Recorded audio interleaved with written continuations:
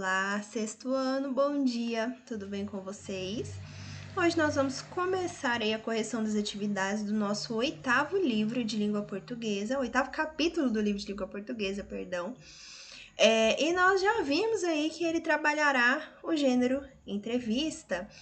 Vamos aí fazer a leitura dos dois primeiros textos, a correção das atividades, páginas 374 a 382. Essas atividades foram solicitadas ontem, então você já deve ter feito essa atividade. Caso você esteja aí no sistema remoto, você tem que tirar foto da atividade e mandar antes de fazer a correção, ok? Hoje também nós teremos o simulado, então você tem que responder o simulado, tá bom? Assistir às aulas, fazer a correção e também responder o simulado aí do Max College, tá bom? Nós teremos aí amanhã e à tarde, o dia todo para vocês fazerem o simulado. Mas lembrando, é somente hoje, tá bom? Às 19 horas o simulado é encerrado e aí você perde a oportunidade de fazer, tá bom?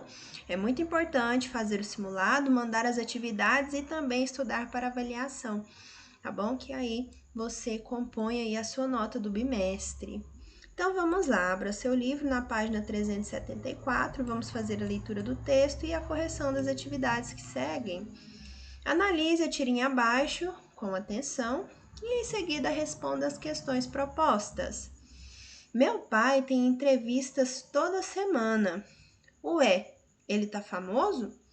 Acho que não, ele tá atrás de emprego. Nós temos aí um texto que está disponível aí neste link, foi acessado em 2018. E aí começa a falar sobre a entrevista, né? Nós já vimos que a entrevista é um gênero aí oral e ele tem diversos tipos de entrevista, né? Nós temos diversos tipos de entrevista, como por exemplo aqui tem entrevista de emprego. Quando nós temos uma pessoa famosa, ela é entrevistada justamente pela sua função, por algo de legal, extraordinário que ele fez. Mas não deixa de ser entrevista, né? Temos aí diversos tipos de entrevista.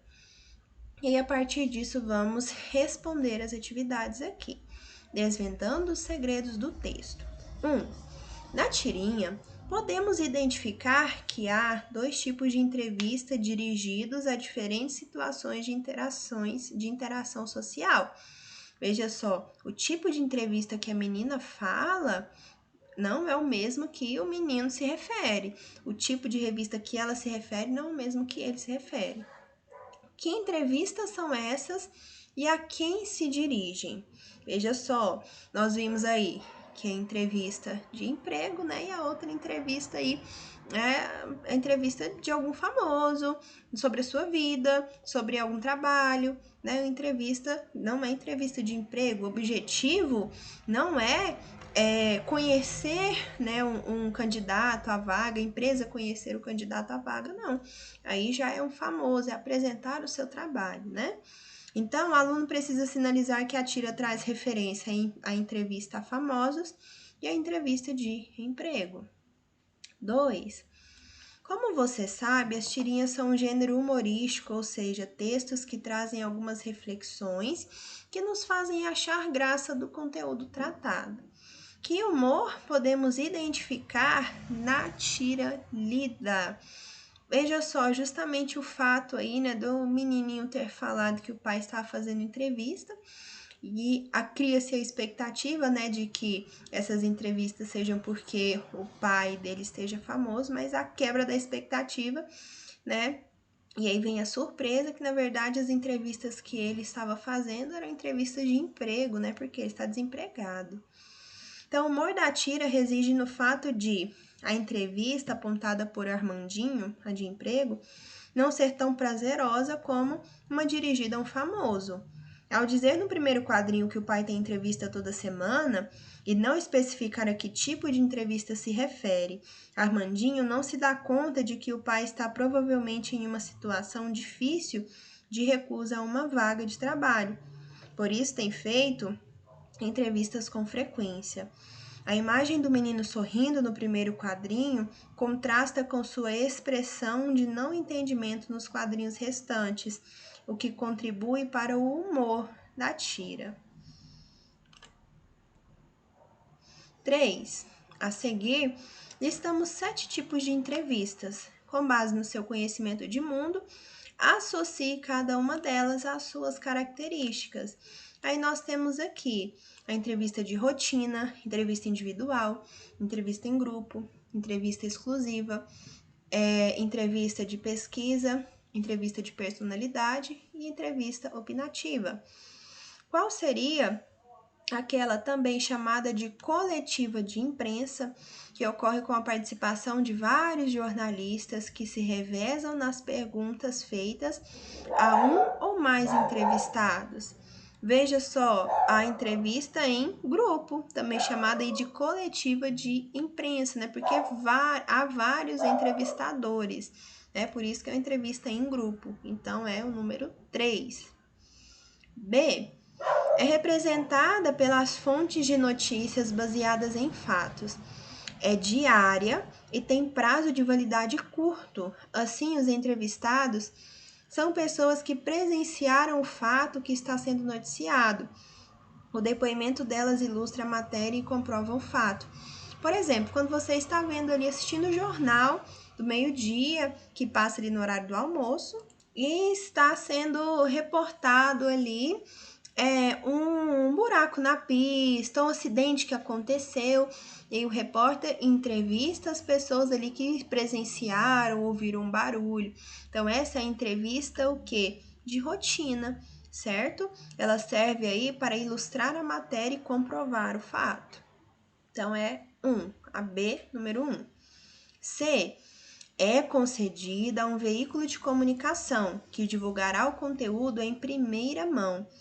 Sua pauta interessa aos vários veículos, pois está em alta e atinge grande número de pessoas, o que resulta em grande lucro e expansão da imagem do entrevistado. Veja só, o pessoal aqui, o veículo de comunicação, vai divulgar o conteúdo em primeira mão, ou seja, até então aquilo não foi divulgado. Então, é o quê? Uma entrevista exclusiva. Número 4. D. É marcada com antecedência, o entrevistado é informado previamente do tema da pauta. Essa daqui é uma entrevista o quê? Individual. Nós fizemos a leitura de algumas entrevistas lá no livro Gêneros, Leitura e Análise, certo? Todas eram entrevistas individuais, ok? Número 2, a D número 2. Letra E. É feita com pessoas que desfrutam de autoridade para falar sobre a pauta, como profissionais renomados, estudiosos e atletas experientes, para comprovar sua capacidade de crítica. O entrevistado deve ter conhecimento aprofundado sobre o tema. Veja só, aqui já é uma entrevista que trabalha com a opinião, com o ponto de vista, com a experiência, né, com o conhecimento do profissional acerca de determinado tema. Então, é uma entrevista que opinativa. Opinativa vem de quê? De opinião, certo? Então, a letra E é o número 7. F. Tem o objetivo de traçar o perfil do entrevistado, conhecido do público. Aborda seus hábitos, suas histórias pessoais, curiosidades, etc. Agora tem a ver com a personalidade, né? As características individuais específicas de determinada pessoa, do entrevistado, geralmente do famoso, né? Então, entrevista de personalidade. Então, a letra F é o número 6. E, por fim, G. Sobrou somente a 5, né, de pesquisa, concedida por especialistas do assunto abordado, é utilizada como fonte de consulta de informações para dar credibilidade a uma matéria. Essa entrevista proporciona ao jornalista conteúdos importantes para a construção de reportagens, por exemplo. Então, repito, a G é o número 5. Quarta questão. Qual é a finalidade de uma entrevista de emprego?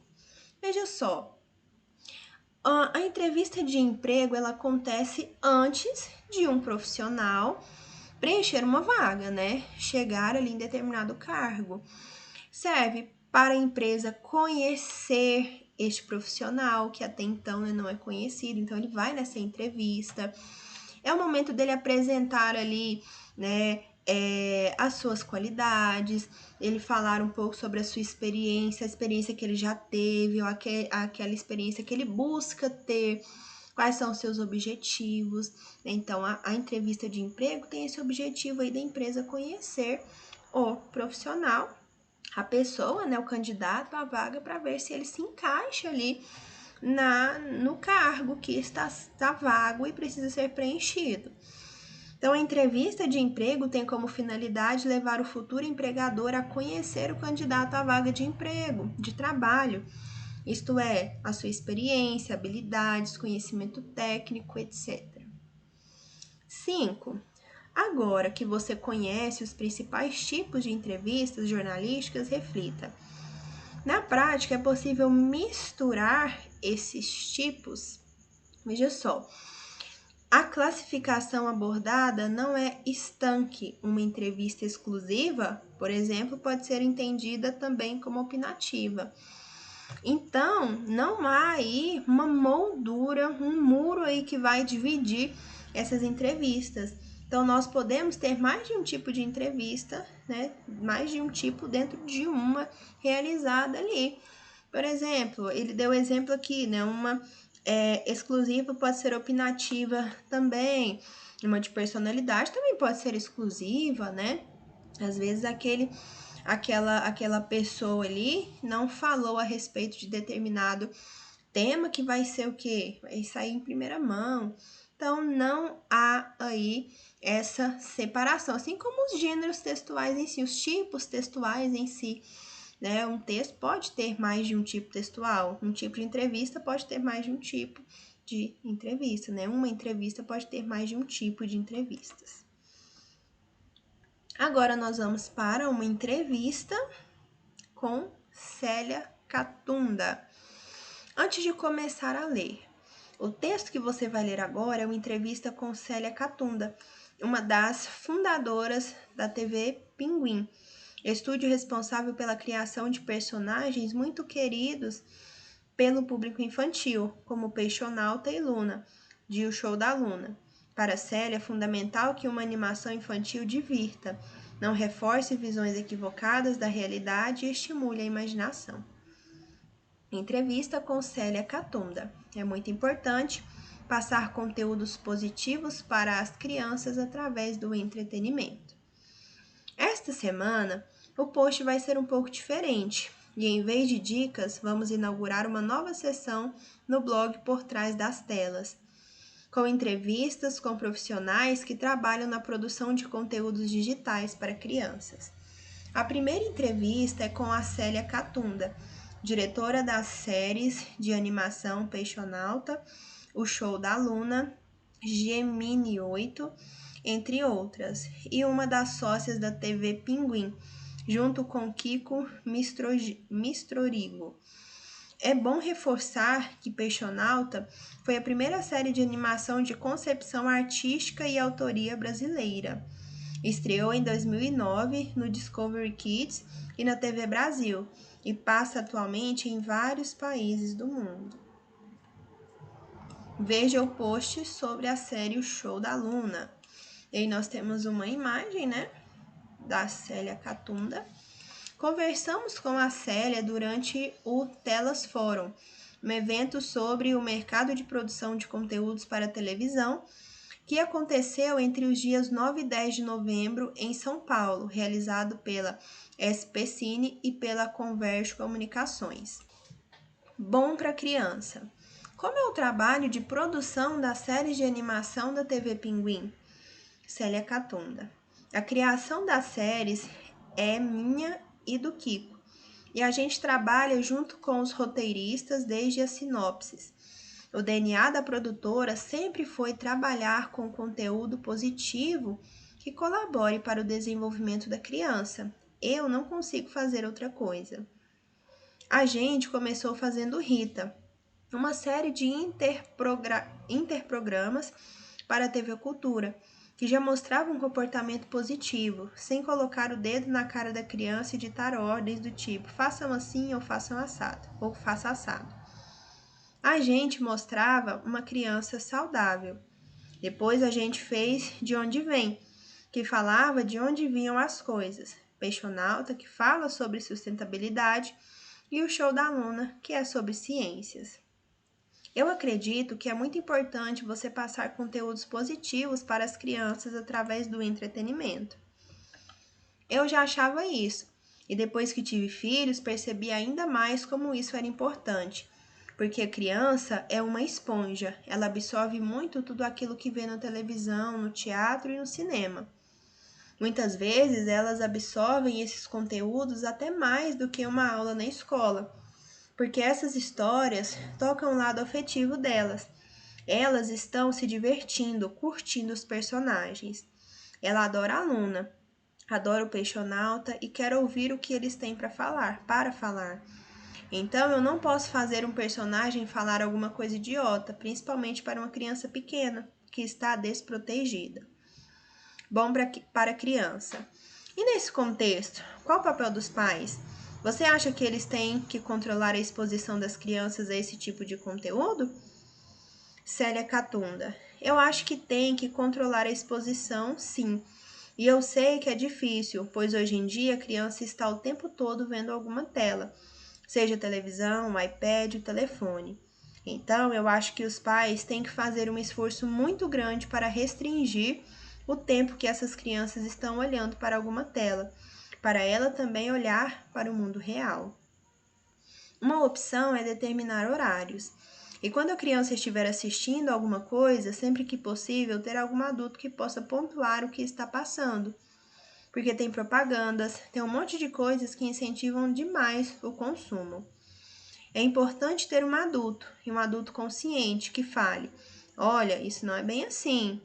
É importante também que o adulto selecione o que essa criança vai assistir. E se ela escolher alguma coisa com que você não concorda ou não gosta, você pode até deixá-la assistir, desde que pontue que não acha aquele programa legal, que não concorda com o jeito que aquele irmão trata aquela irmã ou o jeito que um personagem fala com o outro. Tem muitos desenhos em que um personagem chama o outro de idiota, e eu ficava indignada quando meus filhos eram pequenos, porque eles repetiam exatamente o que ouviam. Mas também tem muita coisa boa. Então os pais têm que falar para os seus filhos. Acho que às vezes os pais subestimam muito o poder que eles têm, se sentem impotentes e acham que os filhos só vão fazer o que querem. Bom para a criança. E como vocês lidam com os novos conteúdos transmídia, as redes sociais, e as possibilidades de levar os personagens das séries de animação para aplicativos e outros conteúdos interativos? Célia Catunda. Além das séries para a televisão, a gente faz também aplicativos, livros, teatro, mas o que eu tento fazer, tanto no Peixonauta quanto na Luna, é que, na hora em que os personagens têm que fazer uma pesquisa, eles usem o livro. Eles não vão pesquisar uma coisa no Google ou no computador. Eu sempre falo para os roteiristas, se vai pesquisar alguma coisa, pesquisa no livro, porque a gente mostra para a criança que existem outros lugares para ela pesquisar. Por exemplo, no aplicativo que a gente criou para a aluna, em cada episódio tem sempre alguma atividade para a criança fazer fora da tela, que é assim: desliga esse aplicativo e vai lá pegar a tesoura, o papel, o lápis de cor. A gente sempre procura estimular coisas diferentes e o legal é que a animação é 360 graus mesmo. Você não vai estar com a criança só quando ela estiver ligada na televisão ou na tela do celular.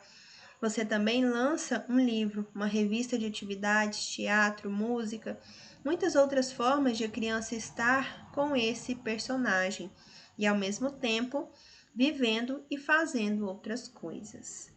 Está disponível aí no site bomparacriança.com.br. Aqui no vocabulário desconhecido, nós temos as palavras roteirista, sinopses, entretenimento, restringir, pontuar e subestimam. Roteiristas São pessoas que escrevem roteiros para cinema, teatro, rádio, televisão, etc. Sinopse são resumos, apresentações abreviadas. Entretenimento, divertimento. Restringir, impor restrição, limitar. Pontuar, comentar, esclarecer. Subestimam, dão pouca importância, não dão o devido valor, desdenham. Aqui nós temos o quadrinho para discutir, né? Você conhecia os personagens criados por Célia Catunda, a Luna e o Peixonauta? Eu conheço vocês. Vocês conhecem? O que há mais de interessante neles? Reflexão sua. Nos desenhos e nas séries a que você assistia entre os 4 e os 7 anos, o que mais você gostava? Os desenhos e as séries que você assistia tinham objetivo educativo? Uma das maiores preocupações de Célia Catunda durante a elaboração dos roteiros é a necessidade de passar conteúdos positivos para as crianças. O que são esses conteúdos? 5. Para Célia, a criança é uma esponja. O que ela quis dizer com isso? É que a criança, o que ela suga essas informações, esses conteúdos que são trabalhados, né? Esses conteúdos positivos que está bem aqui na questão mesmo falando, né? Conteúdos positivos que são apresentados aí nestes desenhos, né? Ela mesma fala sobre isso o tempo todo aqui na entrevista. Aprenda mais. Observe que essa entrevista é antecedida por um texto introdutório, recurso muito comum nesse gênero textual. A função desse texto é apresentar ao leitor informações sobre o entrevistado, como vida e obra, e introduzir o tema da entrevista. Esse início é importante, portanto, para contextualizar o público e mostrar por que o entrevistado é uma referência no tema. Após a introdução, vem a entrevista propriamente dita, organizada por meio das perguntas feitas pelo entrevistador e das respostas dadas pelo entrevistado. Desvendando os segredos do texto. Primeira questão. Observando atentamente o texto, podemos dizer que ele está dividido em 2 blocos. Quais são? Nós vimos aqui que o texto tem a entrevista tem um texto introdutório, que faz justamente a apresentação da pessoa que vai ser entrevistada e do tema que vai ser abordado ali. Então, nós temos primeiro essa introdução e depois as perguntas e respostas, que é a entrevista propriamente dita. Então, nós temos uma introdução em que a jornalista apresenta ao leitor quem é a sua entrevistada e uma sessão de perguntas e respostas. São as partes aí da entrevista, introdução, pergunta e resposta. 2. Nas entrevistas, o registro da língua pode ser formal ou informal. Informal é aquele que se aproxima da comunicação diária, né?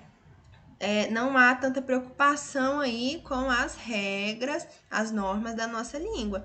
Agora, a formal, sim, a formal já tem essa preocupação em seguir a gramática da nossa língua.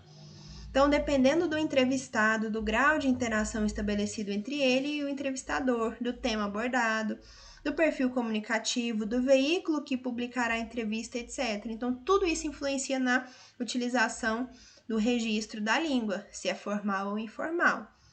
Na entrevista lida, o registro é formal ou informal. Ali é uma conversa, nós podemos perceber que é muito formal ou informal. Até por conta do tema, né, que está sendo abordado ali, da dinâmica da entrevista, nós podemos perceber que há uma informalidade maior. Então, o registro é informal, ele se aproxima muito ali, é uma conversa mesmo, né? Porque por mais que a entrevista seja um gênero oral, em que há aí essa comunicação, depender do tema e da pessoa, ou até da revista, do jornal que vai ser publicado, há uma necessidade ali de uma formalidade maior. Não é o caso aqui da entrevista com a Célia. 3. Transcreva do texto trechos que justifiquem a sua resposta à questão anterior. Então, você vai pegar traços ali da informalidade que se aproximam muito ali da comunicação. Por exemplo, o é bom reforçar, lá no segundo parágrafo. O emprego do pronome pessoal a gente, Expressões informais de sentido metafórico, como sem colocar o dedo na cara, faça assim ou faça assado, a criança é uma esponja, etc. Veja que essas expressões aqui, elas são voltadas o quê? Para informalidade, para coloquialidade, né? Portanto, você pode colocar aqui esses exemplos, tá bom? 4. Uma das marcas da informalidade presente no texto é a semelhança em muitos trechos com o texto oral, isto é, a fala espontânea, o diálogo. Pensando nisso, leia com atenção a passagem a seguir. A gente mostrava uma criança saudável. Depois a gente fez De Onde Vem, que falava de onde viam as coisas. O Peixonauta, que fala sobre sustentabilidade, e o Show da Luna, que é sobre ciências. Ao transcrever as falas do entrevistado, o jornalista pode retirar ou não as marcas da oralidade, dependendo do contexto de produção. Qual é o perfil do público-alvo, em que suporte a entrevista será publicada, etc. No texto lido, há marcas da oralidade? Explique. Claro que tem aqui, ó, a presença do agente no início. Pessoal, o agente, ele vem substituir o nós, né? Nós utilizamos, não substituir, mas nós utilizamos substituindo o nós na comunicação, certo? Na comunicação cotidiana e informal. Então, a presença do agente, né? O pronome agente, a repetição de palavras, a gente vem, vinham, falava, fala, e que são exemplos de marcas da oralidade. Então, a utilização do agente e a repetição de palavras são marcas de oralidade que estão presentes aqui nesse trecho. B. Como você reescreveria esse trecho utilizando o registro formal da língua? Faça as adaptações que considerar necessárias. Aqui nós temos uma sugestão, mas ali nós já vimos quais são as marcas da oralidade. Então, tire o agente, ao invés de usar o agente, colocar o nós, tirar aquelas repetições de palavras que estão ali. Sugestão de resposta. Nós mostrávamos uma criança saudável. Depois fizemos De Onde Vem, que abordava a origem das coisas. Peixonauta, cujo tema é sustentabilidade, e o Show da Luna, que trata de temas científicos. Veja só como há uma formalidade maior aqui nesse trecho. 5. Leia o trecho a seguir e responda as questões. Eu acredito que é muito importante você passar conteúdos positivos para as crianças através do entretenimento. Eu já achava isso, e depois que tive filhos, percebi ainda mais como isso era importante. Porque a criança é uma esponja. Ela absorve muito tudo aquilo que vê na televisão, no teatro e no cinema. Muitas vezes ela absorve esses conteúdos até mais do que uma aula na escola, porque estas histórias tocam o lado afetivo delas. Elas estão se divertindo, curtindo os personagens. Ela adora a Luna, adora o Peixonauta e quer ouvir o que eles têm para falar. Então, eu não posso fazer um personagem falar alguma coisa idiota, principalmente para uma criança pequena que está desprotegida. Nesse trecho, Célia Catunda expõe sua opinião sobre a criação de conteúdos para as crianças. Transcreva essa opinião. Tem uma parte ali, veja só, olha a palavrinha que ela diz. É muito importante você passar conteúdos positivos para as crianças através do entretenimento. Veja só, é a opinião dela. Ela acha importante. Ela tem essa opinião, essa visão de que é importante passar os conteúdos positivos. Pode ser que alguém não tenha essa opinião? Tem. Ela vai achar importante? Não. Mas aqui, por ser a opinião, ponto de vista da Célia Catunda, nós temos essa construção aí e a apresentação da opinião dela. E antes de passarmos aqui para a B, aqui no Aprenda Mais nós falamos sobre a opinião e sobre argumentar, veja só. Nas entrevistas, é muito comum o entrevistado argumentar, isto é, defender sua opinião, pontos de vista sobre os mais variados assuntos. Assim, por meio da análise das opiniões do entrevistado, podemos perceber como ele vê o mundo, seus gostos, sua maneira de pensar. B. Apresentar opiniões significa defender pontos de vista, argumentar. Pronto. Antes de irmos para a próxima pergunta em si, vamos fechar aqui essa explicação de opinião e de argumentação. A argumentação é justamente a defesa da sua opinião, do ponto de vista. Se você vai construir um texto em que você apresenta a sua opinião, você precisa argumentar. Você precisa trazer aí argumentos para defender essa opinião. Você não vai simplesmente dizer, eu acho que é importante isso e pronto. Inclusive, o eu acho, ele é muito condenado em textos opinativos. Você não diz eu acho. Você apenas apresenta a opinião. É dessa forma, e aí vem a explicação, né? Por isso, por isso e por isso. Por quê? É a argumentação. Veja só, agora nós vamos ver o argumento utilizado para defender essa opinião aqui, ó. Qual é o argumento que ela utiliza para defender a importância de passar conteúdos positivos para as crianças? Essa é a opinião. Qual que é o argumento? Para Célia, a criança é uma esponja, ela absorve muito tudo aquilo que vê na televisão, no teatro e no cinema. Outro exemplo aqui, se eu tenho a opinião de que refrigerante faz mal, qual que é o argumento que eu vou utilizar para defender essa opinião?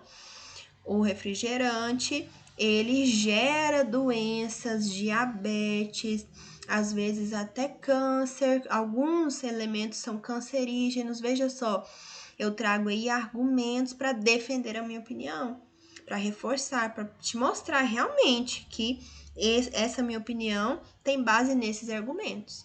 Entenderam? Vamos para a próxima aqui. C. Para Célia, como devem ser as falas dos personagens? Os personagens devem falar coisas inteligentes e positivas. D. Segundo Célia, qual a importância dessas falas para as crianças?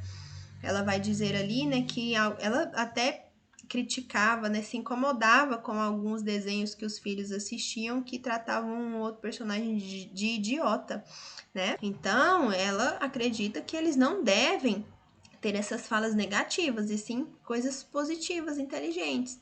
Então, para ela, os personagens não devem falar coisas idiotas, porque as crianças aprendem muito facilmente. Então, se fala idiota para outra criança, ela vai aprender. Se fala algo que não é positivo, ela vai reproduzir isso. Algo que não é inteligente, a criança vai reproduzir isso também. Letra E. O verbo absorver foi empregado 2 vezes nesse trecho. Para evitar a repetição desnecessária, indique um sinônimo para ele capaz de substituí-lo em uma dessas ocorrências sem alterar o sentido original. Sugestão de resposta: assimilar, assimila, aprende, né? Então, você substitui o absorve por assimila, aprende. São sugestões. Se você quiser colocar outro verbo aí também que mantenha o sentido, né, um sinônimo, pode. 6. Entre as opções a seguir, indique a única em que há defesa de opinião de Célia. A criação das séries é minha e do Kiko, e a gente trabalha junto com os roteiristas desde a sinopse. Isso daí é defesa de ponto de vista? Não, ela está falando, informando o que realmente acontece. B. A gente mostrava uma criança saudável. Isso é argumentação? Defesa de opinião? Não. C. Muitas vezes ela absorve esses conteúdos até mais do que uma aula na escola. Esse é um argumento para sua defesa de ponto de vista? Para a sua opinião ali? Claro, ela está justificando a sua opinião, né? Porque muitas vezes essas crianças absorvem os conteúdos até mais do que uma aula na escola. Então, por isso que é importante apresentar ali temas positivos, inteligentes. Então, letra C, a resposta. D. Além das séries para televisão, a gente faz também aplicativos, livros e teatro? Não, eu sempre falo para os roteiristas. Também não, somente a C. 7. No capítulo 4 deste livro, quando estudamos as principais características das notícias, vimos que, para facilitar a leitura e a compreensão, o texto jornalístico precisa ser claro e direto. Esse aspecto deve ser priorizado já no título e no subtítulo, que adianta informações sobre o conteúdo do texto. Ele se caracteriza pela sua função de resumir o assunto, ressaltar o fato mais importante e despertar a curiosidade do leitor. A. Transcreva o subtítulo da entrevista. Veja só, se nós temos o título lá, qual é o subtítulo? Vamos voltando aqui. Olha aqui, esse é o título, né? Qual que é o subtítulo? Este está abaixo do título aqui. É muito importante passar conteúdos positivos para as crianças através do entretenimento. B. O que o subtítulo diz sobre a diretora Célia Catunda? Já traz a opinião dela, né? Antecipa para o leitor a opinião de Célia sobre a criação de conteúdos para as crianças, sugerindo sua forma de pensar. Então, a opinião dela já é apresentada aí nesse subtítulo. 8. Agora analise a frase a seguir retirada da introdução. Veja o post sobre a série Show da Luna. A. Por que essa frase aparece no texto destacada? Pessoal, ali é a reprodução da página do site. Nós temos ali o chamado hiperlink, que quando você está acessando algum site e vê ali em destaque alguma frase ou alguma palavra e você passa o mouse em cima, ele fica sublinhado e você clicando te leva a uma outra página, isso é um hiperlink. Então, este trecho aqui, essa frase é um hiperlink, tá bom? O destaque se deve ao fato de a frase representar o hiperlink. B. Se a entrevista fosse publicada de forma impressa, esse destaque deveria permanecer? Claro que não. Tem como você clicar ali e ir para outra página? Não. Então, é um recurso digital, é tecnológico. Então, não. O destaque para sinalizar o hiperlink só funciona no ambiente virtual. C. Com relação ao modo, o que o verbo ver empregado nessa frase indica para o leitor? Veja o post. Veja só, nós temos aqui uma ordem, uma orientação, né? Veja, o verbo está o quê? No imperativo. Indica uma ordem. Então, indica uma ordem, um comando, característica do modo imperativo, certo? Quando nós falamos em imperativo, tratamos de ordem. E finalizamos aqui a nossa videoaula. Reforço, não deixe de fazer o simulado. Desejo a vocês um ótimo dia, um excelente final de semana e até a próxima aula.